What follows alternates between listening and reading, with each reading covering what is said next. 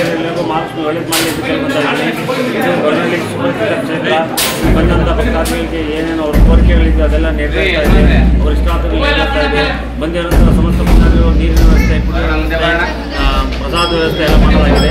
ಎಲ್ಲರೂ ಬಂದು ಪ್ರಸಾದ ಪಾತ್ರರಾಗಬೇಕು. ಇವತ್ತು ಬೆಳಗ್ಗೆ ಪಂಚಾಮೃತ ಅಭಿಷೇಕ ಆಯಿತು, ಆಮೇಲೆ ಹೋಮ ಆಯಿತು, ಅಲಂಕಾರ ಆಯಿತು. ಈಗ ಮತ್ತೆ ನಿತ್ಯ ಪೂಜೆ, ನಿತ್ಯ ಪ್ರಾರಂಭೋತ್ಸವ ನಡೀತಾ ಇದೆ. ಬೆಳಗಿನಿಂದ ಭಕ್ತಾದಿಗಳು ಯಾವ ರೀತಿ ಬರ್ತಿದ್ದಾರೆ? ಬೆಳಗಿನ ಭಕ್ತಾದಿಗಳು ಇದೇ ಸಾತ್ವಿಕ ಸಾಲಲ್ಲಿ ಬರ್ತಾ ಇದ್ದಾರೆ. ಇದೇ ಥರ ಸಾರಿಸ್ಕೊಬೇಕು. ಪ್ರಸಾದದ ವ್ಯವಸ್ಥೆ ಎಲ್ಲ ಚೆನ್ನಾಗಿದೆ. ಎಲ್ಲ ಪ್ರಸಾದ ವ್ಯವಸ್ಥೆ, ಊಟದ ವ್ಯವಸ್ಥೆ, ನೀರಿನ ವ್ಯವಸ್ಥೆ ಎಲ್ಲ ವ್ಯವಸ್ಥೆ ಮಾಡ್ತೀವಿ.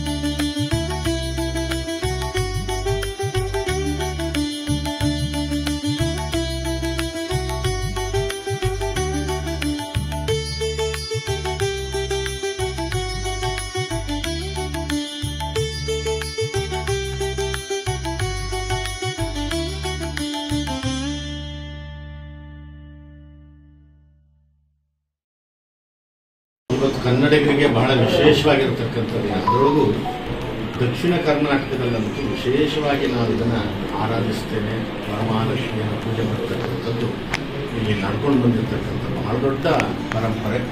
ಅದರೊಳಗೂ ಕರ್ನಾಟಕದಲ್ಲಿ ವಿಶೇಷವಾಗಿರ್ತಕ್ಕಂಥ ಒಂದು ಕ್ಷೇತ್ರ ಅದು ಬೊಮ್ಮನಹಳ್ಳಿ ಮಹಾಲಕ್ಷ್ಮಿ ಕ್ಷೇತ್ರ. ನಾವು ಹಿಂದೆ 12 ವರ್ಷದ ಹಿಂದೆಯೂ ಕೂಡ ಇಲ್ಲಿಗೆ ಬಂದಿದ್ವಿ. ಅವತ್ತಿಗೂ ಇವತ್ತಿಗೂ ನೋಡಿದ್ರೆ ಭಾಳಷ್ಟು ಅಜಗಜಾಂತರ ವ್ಯತ್ಯಾಸ ಆಗಿದೆ. ಭಾಳಷ್ಟು ಬದಲಾವಣೆ, ಭಾಳಷ್ಟು ಬೆಳವಣಿಗೆಯನ್ನು ಆ ಲಕ್ಷ್ಮಿ ಮಾಡಿಕೊಂಡಿದ್ದಾಳೆ. ದೈವ ಸಂಕಲ್ಪದಲ್ಲಿ ಏನು ಬೇಕಾದರೂ ನಡೆಯುತ್ತೆ ಅನ್ನೋದಕ್ಕೆ ಈ ಕ್ಷೇತ್ರವೇ ಸಾಕ್ಷಿ. ಒಂದು ಚಿಕ್ಕ ಒಂದು ಊರಿದು, ಚಿಕ್ಕದಂದರೆ ಭಾಳ ಕುಗ್ರಾಮವಾಗಿದ್ದಂತಹ ಒಂದು ಊರು.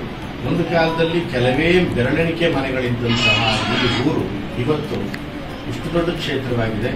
ಮುಂದೊಂದು ದಿವಸ ಇಡೀ ದೇಶ ಗುರುತಿಸ್ತಕ್ಕಂಥ ಕ್ಷೇತ್ರವಾಗೋದ್ರೊಳಗೆ ಅನುಮಾನನೇ ಇಲ್ಲ. ನಮಗೆ ಈಗಷ್ಟೇ ಹೇಳಿದ್ವಿ, ಒಳಗಡೆ ದೇವರ ದರ್ಶನವನ್ನು ಮಾಡ್ಕೊಂಡು ಬಂದಾಗೂ ನಮಗೆ ಅನಿಸಿದ್ದಿಷ್ಟು ಏನಂತಂದರೆ, ಇದು ಕೆಲವೇ ವರ್ಷಗಳಲ್ಲಿ, ಬಹುಶಃ ಈ 12 ವರ್ಷದ ನಂತರ ಇವತ್ತು ಬಂದು ಇದನ್ನು ಮಾತಾಡ್ತಿದ್ದೇವೆ, ಇನ್ನೂ 12 ವರ್ಷದ ಒಳಗಡೆ ಇನ್ನೊಂದು ಸ್ವರ್ಣ ದೇಗುಲ ಅಂತ ಆದರೆ ಕರ್ನಾಟಕದಲ್ಲಿ ಅದು ಗೊರವನಹಳ್ಳಿಯ ಮಹಾಲಕ್ಷ್ಮಿಯ ದೇಗುಲ, ಸ್ವರ್ಣ ದೇಗುಲ ಹಾಗೇ ಆಗುತ್ತೆ. ನಾವು ತಮಿಳುನಾಡಲ್ಲಿ ಅಷ್ಟೇ ಗೋಲ್ಡನ್ ಟೆಂಪಲ್ ಅಂತ ಕರೆದಿದ್ದೀವಿ. ಆದರೆ ಕರ್ನಾಟಕದಲ್ಲಿ ಗೋಲ್ಡ್ ಅನ್ನುವಂಥದ್ದಕ್ಕೆ ಏನರ್ಥ ಅಂತಂದರೆ ಕನಕ ಅಂತ. ಕನಕ ಅಂತಂದ್ರೆ ಏನರ್ಥ ಅಂದ್ರೆ ಲಕ್ಷ್ಮಿಯೇ ತಾನು ಬಂದು ನಿಂತಿರ್ತಕ್ಕಂಥ ಈ ಒಂದು ದೇವಸ್ಥಾನ ಮುಂದೆ ಗೋಲ್ಡನ್ ಟೆಂಪಲ್ ಆಗಿ ಅದು ಬದಲಾವಣೆ ಹೊಂದುತ್ತೆ ಅನ್ನುವಂಥದ್ದು ಇವತ್ತು ವರಮಹಾಲಕ್ಷ್ಮಿ ಹಬ್ಬದ ಶುಭಾಶಯಗಳು.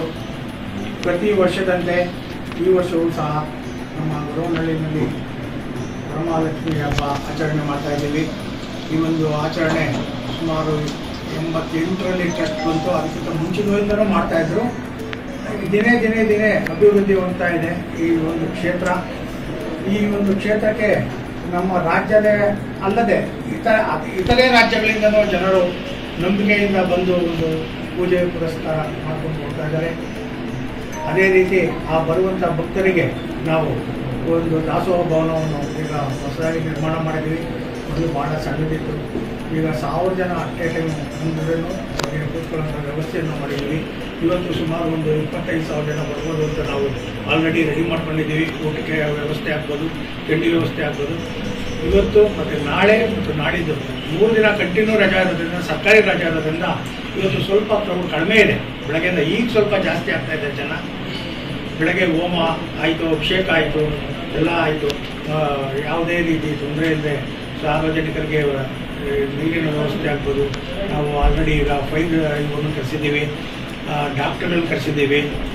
ಎಲ್ಲರೂ ಸಹಕಾರ ನೀಡ್ತಾ ಇದ್ದಾರೆ. ನಮ್ಮ ಏನು ಧರ್ಮದರ್ಶಿಗಳಿದ್ದಾರೆ ಅವರಷ್ಟು 14 ಜನ ನಾವು ಕೈ ಜೋಡಿಸಿ ಈ ಒಂದು ಕಾರ್ಯಕ್ರಮವನ್ನು ನಡೆಸಬೇಕು ಅಂತೇಳಿ ನಾವು ಇದು ಮಾಡ್ಕೊಂಡಿದ್ದೀವಿ. ಅದೇ ರೀತಿ ಆ ತಾಯಿ ನಡ್ಸ್ಕೊಂಡು ಹೋಗ್ತಾ ಇದ್ದಾರೆ. ಆ ತಾಯಿನ ನಂಬಿ ಬರತಕ್ಕಂತಹ ಭಕ್ತರಿಗೆ ಆ ತಾಯಿ ಒಳ್ಳೇದು ಮಾಡಲಿ, ಅವರು ಬೇಡಿತಕ್ಕಂಥ ಆಸೆಗಳನ್ನೆಲ್ಲ ಈಡೇರಿಸಲಿ ಅಂತ ಹೇಳಿ ನನ್ನ 2 ಮಾತನ್ನು ಮುಗಿಸ್ತಾ ಇದ್ದೀನಿ.